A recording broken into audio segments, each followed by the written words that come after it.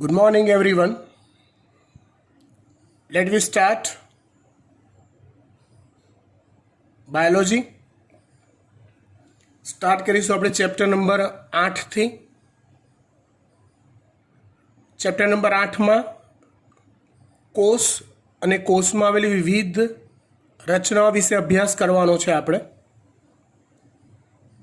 વિવિધ અંગિકાઓ વિશે. જે પૈકી આપણે પહેલી અંગિકા લઈએ કણાભસૂત્ર. કઈ અંગિકા? કણાભસૂત્ર.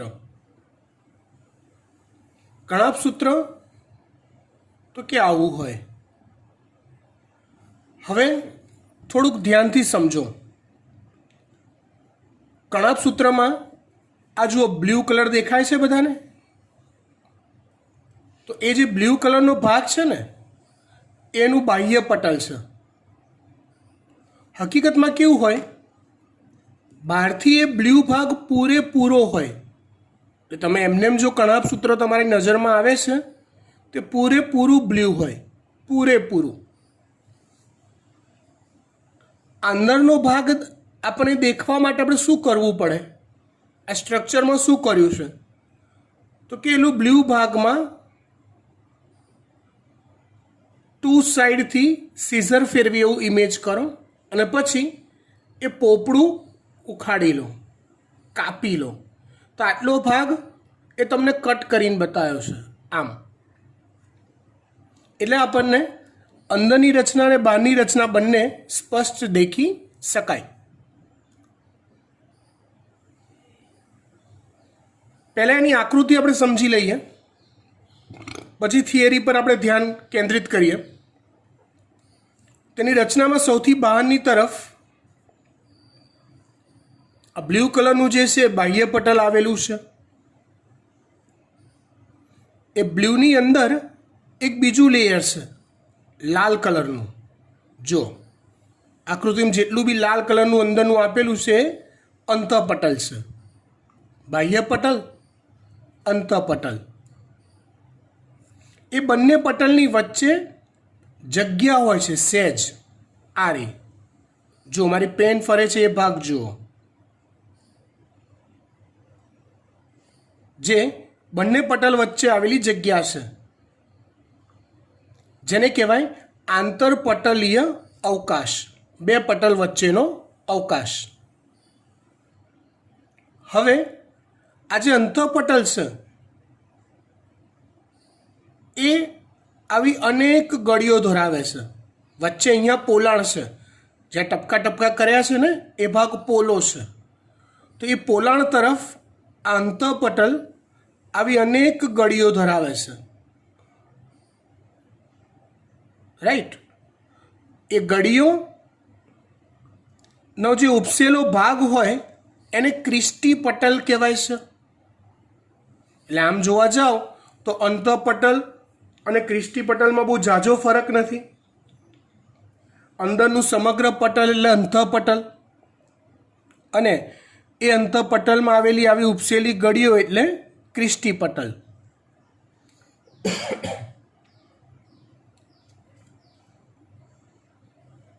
વચ્ચે જે પોલાણ છે એ પ્રવાહીથી ભરેલું હોય છે. એ પ્રવાહીને આધારક અથવા મેટ્રિક્સ કહેવાય છે. એ પોલાણમાં રહેલા પ્રવાહીને આધારક અથવા મેટ્રિક્સ કહેવાય છે. રાઈટ? આકૃતિ એના નામ નિર્દેશન. ગુડ. શરૂ કરીએ આપણે થિયરી. સૌથી પહેલાં કણાભસૂત્રનું સ્થાન ક્યાં છે તો કે પ્રત્યેક યુકેરિયોટિક કોષમાં આવેલા છે. હવે યુકેરિયોટિક કોષ એટલે શું?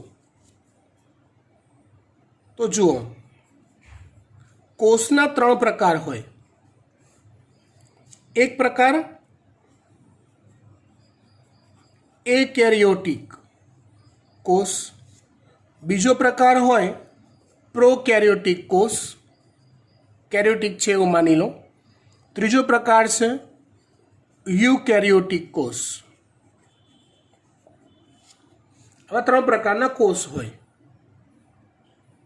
ત્રણેયનો મુખ્ય ભેદ શું? તો કે એકેરેટિક કોષમાં કોષ કેન્દ્રનો અભાવ હોય.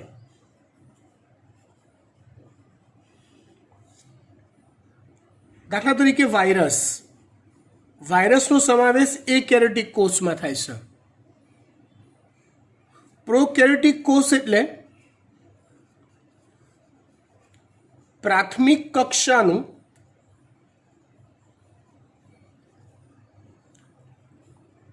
કોષ કેન્દ્રની હાજરી હોય તો એને પ્રોકેરેટિક કોષ કહેવાય. કોષ કેન્દ્ર હોય ખરું, પણ સામાન્ય કક્ષાનું હોય, વેલ ડેવલપ્ડ ન હોય, જેમાં સમાવેશ થાય છે વિવિધ પ્રકારના બેક્ટેરિયાનો. યુકેરેટિક કોષ એટલે સુવિકસિત કોષ કેન્દ્ર ધરાવતો કોષ. યુકેરેટિક કોષ એટલે સુવિકસિત કોષ કેન્દ્ર ધરાવતો કોષ. આપણું કોષ કેન્દ્ર, આપણા કોષોનું કોષ કેન્દ્ર સુવિકસિત હોય છે. બધી જ ઉચ્ચ કક્ષાના વનસ્પતિ અને પ્રાણી કોષો એ યુકેરેટિક કહેવાય. રાઈટ, પાછા આવી જઈએ. એનું સ્થાન તો કે પ્રત્યેક યુકેરેટિક કોષમાં આવેલા હોય છે. એની સંખ્યા તો કણાભસૂત્રની સંખ્યા કોષમાં કેટલી હોય તો કે ફિક્સ્ડ નહીં. જેવી કોષની સક્રિયતા એવી એની સંખ્યા.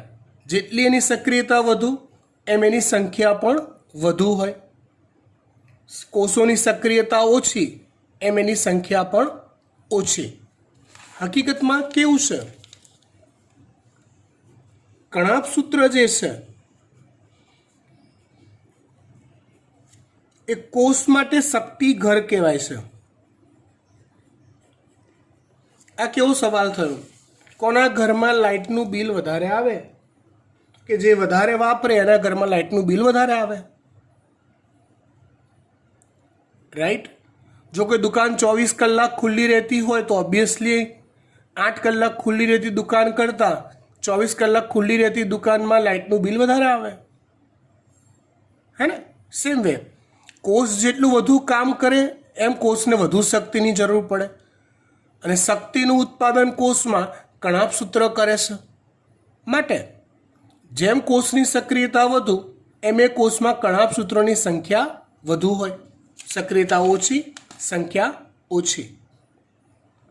આકાર જુદા જુદા કોષમાં એના આકાર જુદા જુદા હોય છે. રકાબી જેવો આકાર હોય, નળાકાર હોય, કુંતલ આકાર હોય, દોરી જેવા આકારના બી હોય. એનું કદ, તેનો વ્યાસ 0.2 થી 1.0 માઇક્રોમીટર હોય છે. માઇક્રોમીટર બરાબર 10⁻⁻6 મીટર થાય.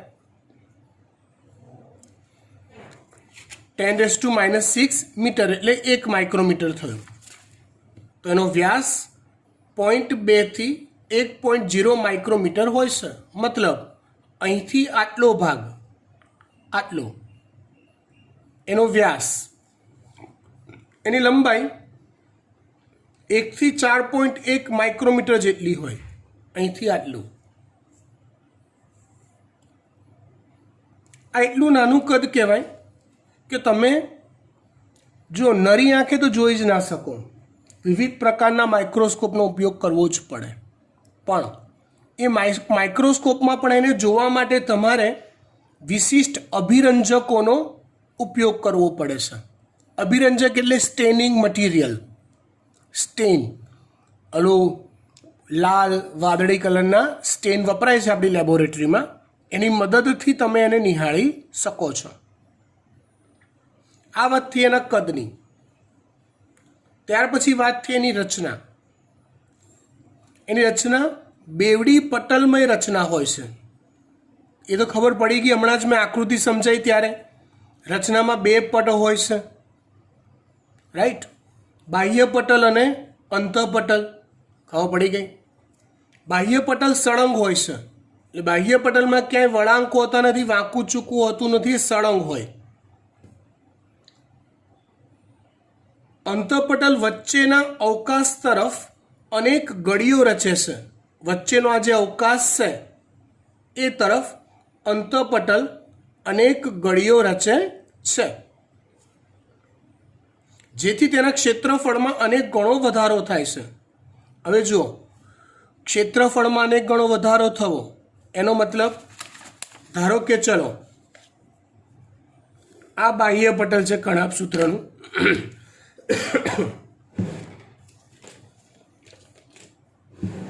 હવે અંતઃપટલ ધારો કે આવું સળંગ હોત તો,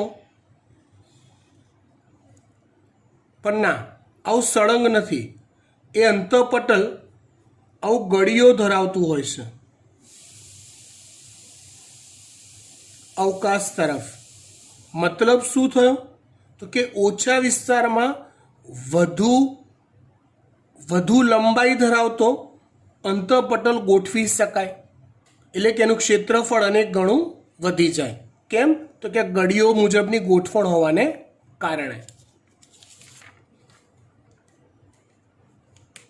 આ જે ગળીઓ છે એને ક્રિસ્ટી કહેવાય છે, કીધું હમણાં આપણે.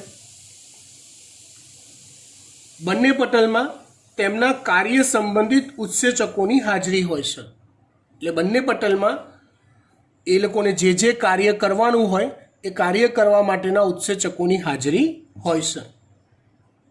અંતઃપટલથી ઘેરાયેલું પોલાણ પ્રવાહીથી ભરેલું હોય છે. એટલે આ જે પોલાણ છે એ પોલાણમાં પ્રવાહી રહેલું હોય છે, જેને આધારક અથવા મેટ્રિક્સ કહે છે. આધારક કે મેટ્રિક્સમાં શું આવેલું હોય? તો એમાં વલયાકાર ડીએનએ. જનરલી આપણે ડીએનએ એટલે ડીઓક્સિરીબોન્યુક્લિક એસિડ, આપણે એવું કહીએ કે ભાઈ ડીએનએ આવો હોય, પેલો કુંતલાકાર રચના ધરાવતો. અને એ ડીએનએ ક્યાં હોય? તો કે કોષના કોષ કેન્દ્રની અંદર હોય. ડીએનએ ક્યાં હોય? તો કે કોષના કોષ કેન્દ્રની અંદર હોય. પણ અહીંયા આધારકમાં જે ડીએનએ હોય એ આવો વલય આકાર હોય છે.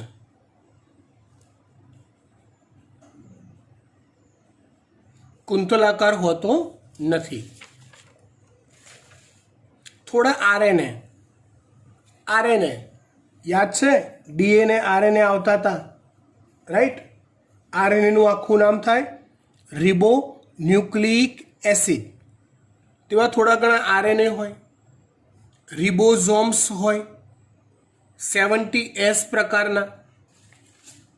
આગળ આપણે રિબોઝોમ ભણીશું.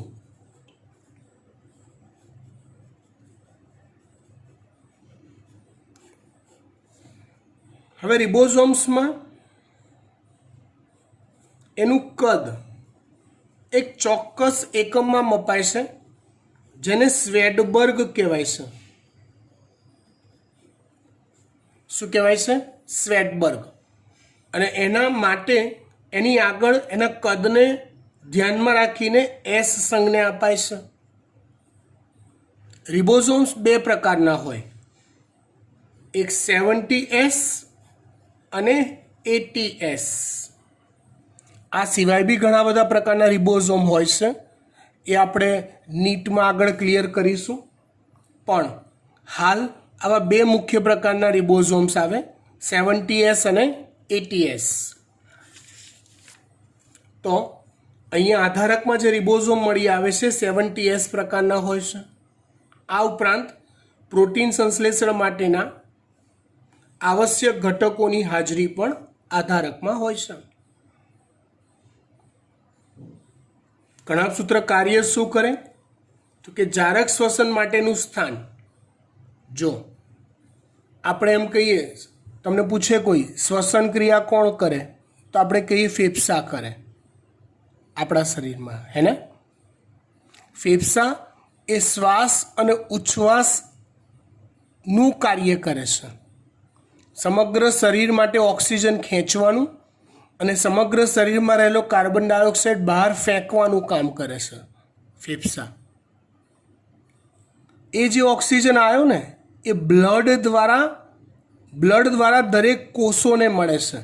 ને સાચુકલીનું શ્વસન એ પ્રત્યેક કોષ કરે છે. સાચુકલીનું શ્વસન પ્રત્યેક કોષ કરે છે, જેને આપણે કોષીય શ્વસન કહીએ છીએ. શું કહીએ? કોષીય શ્વસન.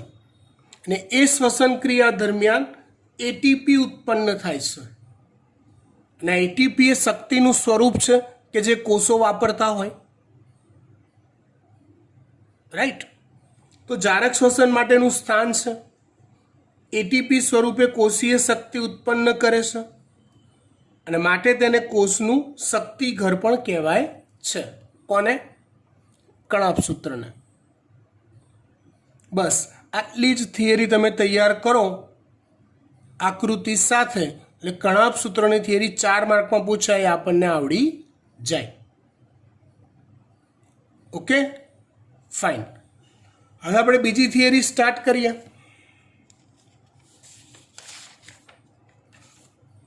નામ છે એનું રસધાની. નામ શું છે એનું? રસધાની. ચલો, રસધાનીની આકૃતિ ચોપડીમાં આપી નથી, પણ એક સરસ ઇમેજિન કરી શકાય એના માટે આપણે એનું એક રફ સ્ટ્રક્ચર બનાવ્યું છે. ધારો કે આ કોઈ વનસ્પતિ કોષ છે. આ આવેલું આ લાલ ડોટ છે એ કોષમાં આવેલું કોષ કેન્દ્ર છે. અને આ બ્લુ કલરની મોટી આઇટમ જે દોરી છે એ રસધાની છે.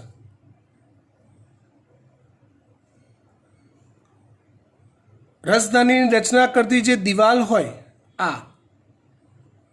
એ દિવાલને રસધાની પટલ અથવા ટોનોપ્લાસ્ટ કહેવાય છે. એ દિવાલને રસધાની પટલ અથવા ટોનોપ્લાસ્ટ કહેવાય છે. ઓકે, થિયરી સ્ટાર્ટ કરીએ. રસધાનીનું સ્થાન ક્યાં હોય? તો કે વનસ્પતિ કોષોમાં અને નીચલી કક્ષાના પ્રાણી કોષોમાં હાજરી હોય. ઉચ્ચ કક્ષાના પ્રાણીઓમાં તેનો અભાવ હોય. મતલબ આપણે હમણાં સમજ્યા ને યુકેરિયોટિક કોષ, તો એ યુકેરિયોટિક કોષમાં જે વનસ્પતિ કોષો હોય એમાં રસધાનીની હાજરી હોય. પ્રાણી કોષમાં તો કે કન્ફ્યુઝન, જે નીચલી કક્ષાના પ્રાણીઓ હોય મે બી એના કોષોમાં રસધાની હોઈ શકે, પણ ઉચ્ચ કક્ષાના પ્રાણીઓમાં રસધાની હોતી નથી. ક્લિયર? ઓકે. પછી વાત કરીએ એનું કદ. તો કે કદ વિશાળ હોય છે. વનસ્પતિ કોષની વાત કરો તો એમાં 70 થી 80% કરતાં વધુ વિસ્તાર રસધાની દ્વારા રોકાયેલો હોય છે. વનસ્પતિ કોષમાં આશરે 70 થી 80% જેટલો વિસ્તાર રસધાની દ્વારા રોકાયેલો હોય છે. એનું ઓળખ અથવા એની વ્યાખ્યા તો કે કોષ રસમાં પટલ દ્વારા, કયું પટલ? તો કે રસધાની પટલ દ્વારા ઘેરાયેલી રચનાને રસધાની કહે છે. કોના દ્વારા? કોષ રસમાં પટલ એટલે કે રસધાની પટલ દ્વારા ઘેરાયેલી જગ્યાને રસધાની કહે છે. એની રચના, તો એની રચનામાં તેને ઘેરીને આવેલી દિવાલ હોય, રસધાનીને ઘેરીને આવેલી, જેને રસધાની પટલ કે ટોનોપ્લાસ્ટ કહેવાય. હમણાં જ વાત કરી. રસધાનીની અંદર શું હોય આ બધી જગ્યામાં? તો કે પાણી હોય, ખનિજ આયનો હોય, ઉત્સર્ગ દ્રવ્યો હોય, કોષ માટેના બિનઉપયોગી દ્રવ્યો પણ હોય. એટલે કોષમાં સર્જાયેલા હોય એવા બિનઉપયોગી નકામા બધા દ્રવ્યો. પાણી, વિવિધ ખનિજ આયનો, ઉત્સર્ગ દ્રવ્યો. ઉત્સર્ગ દ્રવ્યો એટલે પણ આમ તો નકામા પદાર્થો જ કહેવાય. બિનઉપયોગી દ્રવ્યો આવેલા હોય છે. આવું જે મિક્સચર તૈયાર થાય એને ધાની રસ કહે છે. એટલે આવું જે અંદર દ્રાવણ તૈયાર થયેલું હોય એ દ્રાવણને ધાની રસ કહેવાય છે. ધાનીરસની સાંદ્રતા એ કોષરસની સાંદ્રતા કરતાં વધુ હોય છે. એટલે હું અહીંયા કોની વાત કરું છું?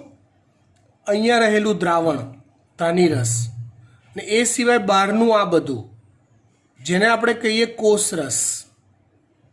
તો અહીંયા જે દ્રાવણ છે ધાનીરસ એની સાંદ્રતા, અહીંયા જે દ્રાવણ છે કોષરસ એની સાંદ્રતા કરતાં વધારે હોય. આ દ્રાવણ વધુ સાંદ્ર હોય આ દ્રાવણની સાપેક્ષે. કેમ એવું?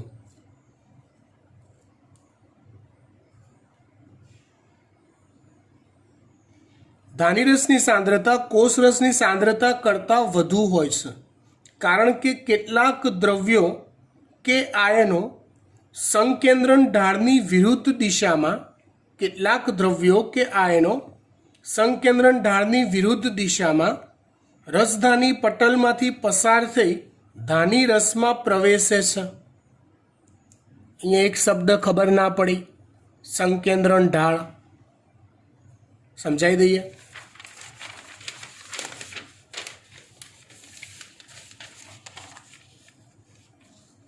જો ધારો કે આ કોઈ એક ઢાળ છે, આ કોઈ એક ઢાળ છે. એ ઢાળની ટોચ પર એવું ધારો વધુ સંકેન્દ્રણ છે, તળિયે ઓછું સંકેન્દ્રણ છે. હાલ આપણે એવું કશું ના ધારો, ચલો ખાલી ઢાળ છે એવું માની લો. હવે હું કોઈ એક ગોળાકાર પદાર્થ લઉં, ગોળ, અને ઢાળની એ ટોચ પર મૂકી દઉં આ જગ્યાએ, અને પછી એને છોડી દઉં. તો એ પદાર્થ ગગડતો ગગડતો અહીંયા નીચે આવશે. તમે કહેશો હા આવશે. હવે એ પદાર્થ નીચે આવ્યો તો એમાં આપણે શક્તિ વાપરવી પડશે? તો દેખીતી રીતે ના, તમારે ખાલી પદાર્થ મૂકી દેવાનો છે. એ પદાર્થ ઢાળની દિશામાં જાય છે ને. કઈ દિશામાં? ઢાળની દિશામાં જાય છે ને, માટે એમાં આપણે શક્તિ વાપરવી પડતી નથી. ઘણીવાર નહીં, આપણે ઓલું બ્રિજ, અંડરબ્રિજ હોય ને અંડરબ્રિજમાંથી પસાર થતા હોઈએ તો ત્યારે જ્યારે ઢાળ ઉતરવાનો હોય ત્યારે આપણે એક્સિલેટર કે રેસ આપતા નથી. સાયકલ ચલાવતા હોય તો પેન્ડલ મારતા નથી, એમને એમ ગગડી જાય છે. સેમ એવું જ એનું ઊંધું, જ્યારે ઉતર્યા પછી જ્યારે ઢાળ ચઢવાનો હોય, હા, ઉતર્યા પછી જ્યારે આપણે પેલું અંડરબ્રિજનો ઢાળ ચડીએ ત્યારે બમણું જોર આપવું પડે છે એ ઢાળ ચડાવવા માટે. ટુ વ્હીલરો તો રેસ વધારે આપવી પડે છે. સેમ વે જો એ જ ગોળાકાર પદાર્થને અહીંથી જો હું પાછો ઉપર લઈ જાઉં તો એ કઈ દિશામાં ગયો કહેવાય? તો કે ઢાળની વિરુદ્ધ દિશામાં. અને ઢાળની વિરુદ્ધ દિશામાં પદાર્થને લઈ જવો હોય તો શક્તિ આપવી પડે.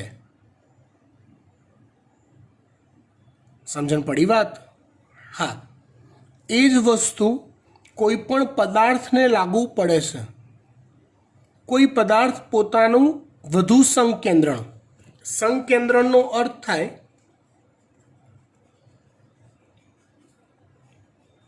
માત્રા કે જથ્થો. જ્યારે કોઈ પદાર્થ પોતાના વધુ સંકેન્દ્રણથી ઓછા સંકેન્દ્રણ તરફ જાય, જ્યાં પોતાનો વધુ જથ્થો છે ત્યાંથી જ્યાં પોતાનો ઓછો જથ્થો છે એ તરફ જાય તો એ પદાર્થ આપમેળે જાય, શક્તિ વાપર્યા વગર જાય, નોર્મલી જાય. પણ જો કોઈ પદાર્થ પોતાના ઓછા સંકેન્દ્રણથી વધુ સંકેન્દ્રણ તરફ જાય તો એ ઢાળની વિરુદ્ધ દિશામાં ગયો કહેવાય. જે આપમેળે જાય નહીં, એને ખેંચીને ઢાળ ચડાવવો પડે, શક્તિ વાપરીને ઢાળ ચડાવવું પડે. સેમ વે પદાર્થ ઓછા પ્રમાણથી વધુ પ્રમાણ તરફ શક્તિ વાપરીને જાય છે.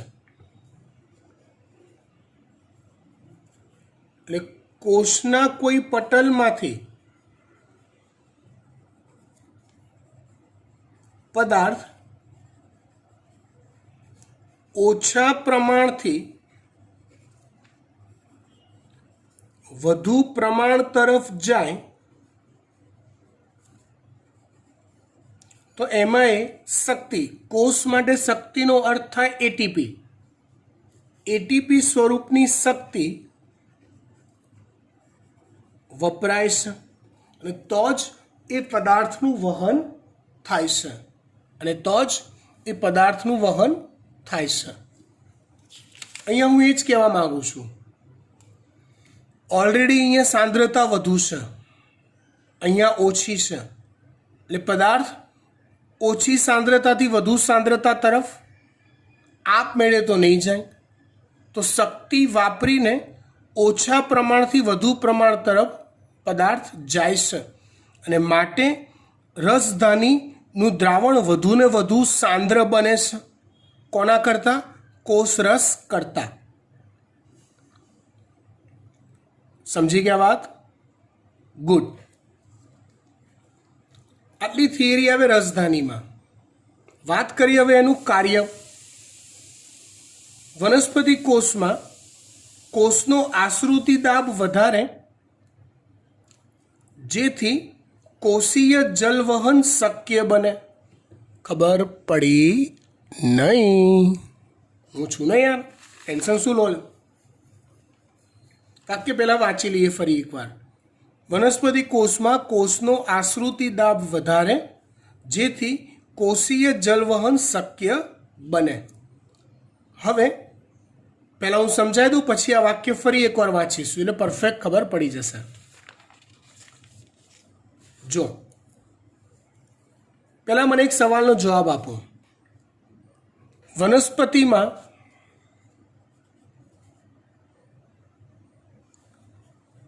પાણીનું વહન થાય ખરું?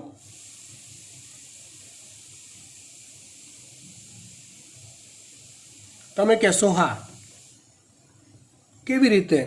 તો તમારી પાસે નોલેજ છે. તમે કહેશો કે સાહેબ જમીનમાંથી મૂળ દ્વારા વનસ્પતિ પાણી શોષે છે અને પર્ણ દ્વારા વધારાના પાણીનું બાષ્પોત્સર્જન અથવા ઉત્સ્વેદન કરે છે. તો આ તો શું થયું? ખબર પડી ગઈ ને? મૂળ દ્વારા પાણી શોષાયું, વનસ્પતિ દેહમાં, શરીરમાં એ પાણીનું વહન થયું અને એ પાણી પર્ણ દ્વારા વધારાનું પાણી જે હશે વપરાશ કર્યો, જેટલું જરૂરી હતું એટલા પાણીનો, બાકીનું પાણી પર્ણ દ્વારા બાષ્પોત્સર્જન કરી દીધું. મતલબ વનસ્પતિ દેહમાં પાણીનું વહન થાય છે. આ વહનમાં ધારો કે આ કોઈ એક વનસ્પતિ કોષ છે, આ બીજો કોષ છે, આ ત્રીજો કોષ છે. હવે એક સિદ્ધાંત એવો આવે છે, આશ્રુતિ દાબનો સિદ્ધાંત. આશ્રુતિ એ પટલની આરપાર પાણીના વહન માટે જવાબદાર ક્રિયા છે. આશ્રુતિ એ પટલની આરપાર, કોઈ પણ પટલ કે પડદો કે સ્તર, એની આરપાર પાણીનું વહન કઈ રીતે થાય એના પર આધારિત ઘટના છે. એક સિમ્પલ ભાષામાં હાલ આપણે સમજીએ તો આશ્રુતિ દાબ એટલે દ્રાવણની સાંદ્રતા વધુ તેમ તેનો આશ્રુતિ દાબ વધુ, અને દ્રાવણની સાંદ્રતા ઓછી તેમ તેનો આશ્રુતિ દાબ ઓછો. ધારો કે આ દિશામાં મૂળ છે વનસ્પતિના, આ દિશામાં પર્ણ છે, તો ઓબ્વિયસલી પાણીનું વહન આમ થવું જોઈએ.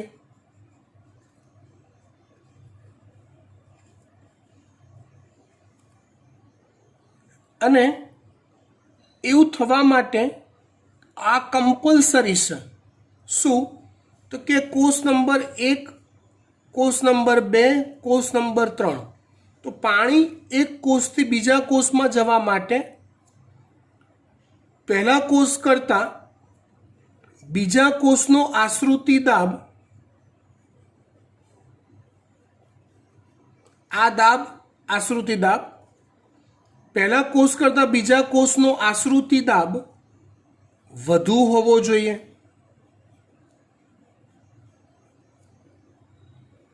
અને બીજા કોષ કરતાં ત્રીજા કોષનો આશ્રુતિ દાબ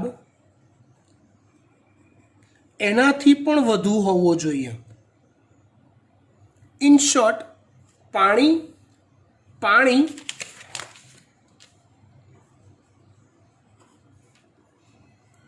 પટલની આરપાર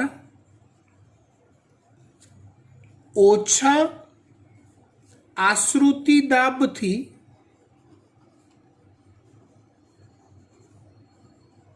વધુ આશ્રુતિ દાબ તરફ વહન પામે છે. કઈ તરફ વહન પામે છે? ઓછા આશ્રુતિ દાબથી વધુ આશ્રુતિ દાબ તરફ. ઇન શોર્ટ, પાણીનું વનસ્પતિ દેહમાં વહન થવા માટે ક્રમશઃ ઇમેજ કરો, ક્રમશઃ કોષો ગોઠવાતા જતા હશે. તો એ કોષોમાં પાણીનું વહન કેમ થાય, ક્યારે થતું હશે? તો ક્રમિક આવતા જતા કોષોનો આશ્રુતિ દાબ ક્રમશઃ વધતો જતો હશે. પહેલા કરતાં બીજાનો વધુ, બીજા કરતાં ત્રીજાનો વધુ, તો જ પાણી આમ વહન પામે. વાક્ય ફરીવાર વાંચીએ. વનસ્પતિ કોષમાં કોષનો આશ્રુતિ દાબ વધારે છે. કોણ? રસધાની. જેથી કોષીય જલવહન શક્ય બને છે. પરફેક્ટ, ખબર પડી ગઈ. That's nice. અમીબામાં આકુંચક રસધાની આશ્રુતિ નિયમન અને ઉત્સર્જનનું કાર્ય કરે છે. જો હું વાત કરું છું અમીબાની. અમીબા બહુ ફેવરેટ છે, આપણને બધાને ખબર છે. તમને હું એવું પૂછું કે એક કોષી પ્રાણીનું નામ બોલો તો બધા ફટાફટ બોલે અમીબા અમીબા. બસ, તો આ એ જ અમીબા છે. ધારો કે અમીબાનો કોષ છે, તો એના કોષમાં આવી નાના કદની રસધાની હોય છે, જેને આકુંચક રસધાની કહેવાય છે.